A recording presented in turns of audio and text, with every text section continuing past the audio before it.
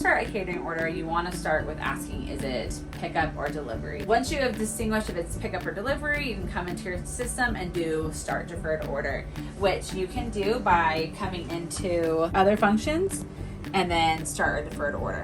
And then you're gonna ask them if it's a pickup or delivery. This is really important because the pickup price is actually a different price than our delivery price. So we charge extra for delivery because of the price of driving it over there and just the coordination that happens with that. So we're gonna pretend this is a pickup order.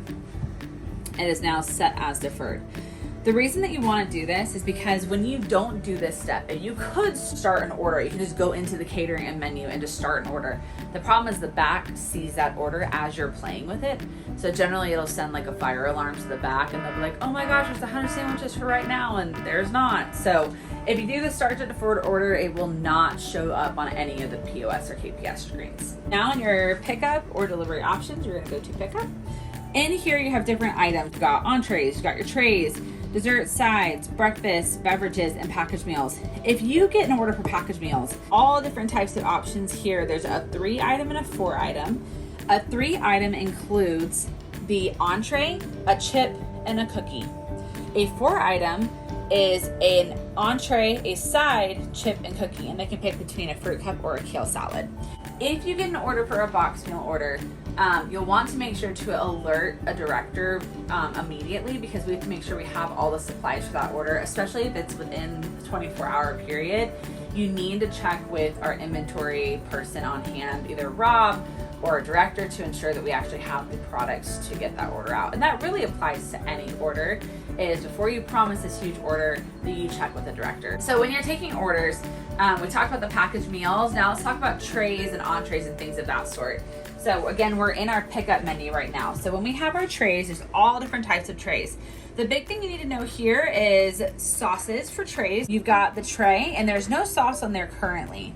Right here you have free sauces and additional sauces. A small tray comes with 1 free sauce, a medium comes with 2, and a large comes with 2. And then additional, if they would like to buy additional sauces, they can buy those here. And then for trays, the only thing in here to recognize is that these right here, which are our chilled grilled clubs, they're really a great catering option, but we do need to make sure we have all the supplies in store. So that is one of those that's really important to ask a person that's in management. That is about our trays, and then our entrees. So anytime someone has regular sandwiches, just entrees they'd like to order, this is where they would do that. Things that we cannot do for catering.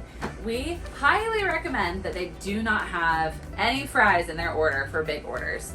I always ensure and tell them, I will guarantee you are going to have cold fries. So offer and suggest that they do, hey, we have fruit cups, we have chips, we have macaroni and cheese. Try to get them the best meal that they can for their event. Something else is grilled sandwiches. We do not do grilled sandwiches delivery. The biggest reason that we do not deliver grilled products is because the lettuce gets really soggy on the way. So it's just not a great product that's delivered. However, we do grilled sandwiches unassembled delivery. So when you're in here for delivery, entrees, change it to delivery. Up here you can see there is no option for a delivery for a grilled sandwich. The reason is we don't do it. So instead, in that delivery menu, come into your tray area and you've got a grilled chicken bundle. And so what that will do is allow us to send everything individually packaged separately. So it's almost like an assembly line. So the grilled fillets will be in a metal container. The buns, lettuce, and tomato will be separate so they could assemble their own sandwich. Another note with catering. Leaders, if you have a catering order coming up, especially a large one for pickup or a delivery order, you need to have your TMSs plugged in at least 45 minutes in advance. Plugged in, hot and ready, with the warmer inside of the TMS. That's what gets that hot box really hot. I've noticed a lot of the time where people will just go get the order, they'll fill all the sandwiches, then they will go plug it in. Well, it's a cold box to start with, so you have to have it warm before putting product in it. We always ask people to bring back the TMSs. If it's a delivery order, let us know. We may talk to the person. Because of that fee that's involved in that, we may want to pick it up for them instead. But pickup orders, for sure, they need to get those back to us.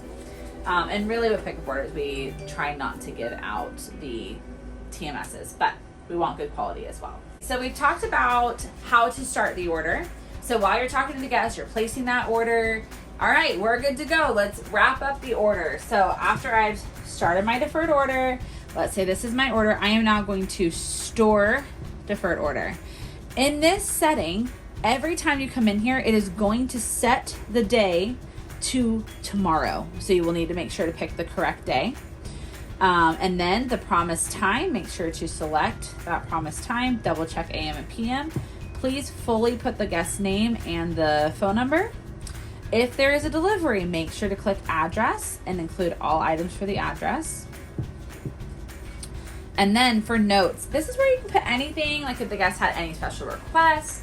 Really great spot to put those for those orders. Any special instructions for deliveries. For now, we're just gonna put test and that'll work. Enter. Right here is the total, and you will need to get the prepaid information. They have to have a credit card on file. It's not an option to do no prepay. If they insist, that is fine if they're coming to pay in store, but we really try to push that credit card if possible. So for now, I'm gonna say no prepay. What I like to do at the end of the order, press print, and that will print out a receipt without pulling up the order. So you can actually hand the guest that receipt in person showing, hey, here's what the total is going to be for that order. And I always use that as a way for me to repeat all the details back. The time, the date, everything that's in the order, all the expectations, the notes, to make sure that you have a full order, that you have not missed anything on. The other thing that really helps is when you just send those orders to your leaders to make sure that, hey, there's a heads up, there's an order coming in. Generally, we're pretty good about communicating those things, but it is a good idea to send those out. Catering is a part of our business that is really important. When in doubt, if you feel like you need help, tell the guests that you'll call them back, get their phone number and their name, so you can get that information to the right person, especially if you're in a big rush. That's fine to tell them you're going to call them back so you can best serve them. The other thing is, from the hours of 9 to about 5, our system, when people call on the phone tree and they select catering, it actually goes to a professional in Chick-fil-A to take that catering order. So that's what's really nice during the day. That's why you shouldn't have a ton of catering orders calling during the day. I am always happy to help with catering, especially because it is such a great way for us to expand our business. So if you have any questions, there's lots of little nuances that can come up. Always feel free to reach out to me directly on Slack or just shoot me a text.